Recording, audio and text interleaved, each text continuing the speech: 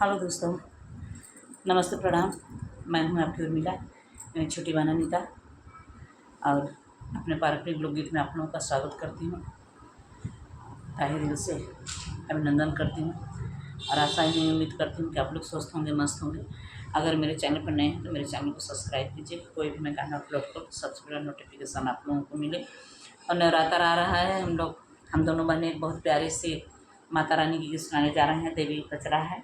अच्छा लगेगा तो कमेंट में ज़रूर बताइएगा गीत कैसा लगा। आप लोगों का सपोर्ट ही हम लोगों का मनोबल बढ़ाता है।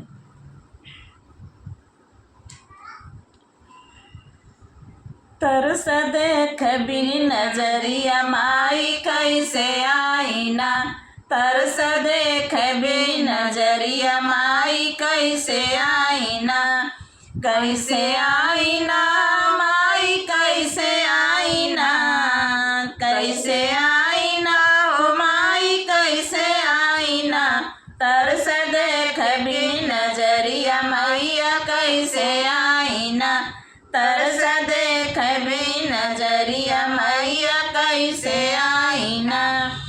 एक तो पहाड़ दूसरे ऊंची ऊंची सीढ़िया माई, एक तो पहाड़ ऊंची ऊंची सीढ़िया माई, तीज दुख ले पयरिया माई कैसे आईना, तीज दुख ले पयरिया माई कैसे आईना, तरस देख बिन नजरिया माई कैसे आईना, तरस देख बिन नजरिया माई कैसे आईना। नाई चढ़े घोड़वार नाई चढ़े गाड़ी माई, नाई चढ़े घोड़ा ऊपर नाई जाए गाड़ी माई, पथरीली डगरिया माई कैसे आईना, पथरीली डगरिया माई कैसे आईना, तरस देख बिन नजरिया माई कैसे आईना, तरस देख बिन नजरिया माई कैसे आईना, तरस देख बिन नजरिया माई कैसे आईना, कैसे आईना ओ मैया कैसे आईना, तरस देख बिन नजरिया माई कैसे आईना, तरस देख बिन नजरिया माई कैसे आईना।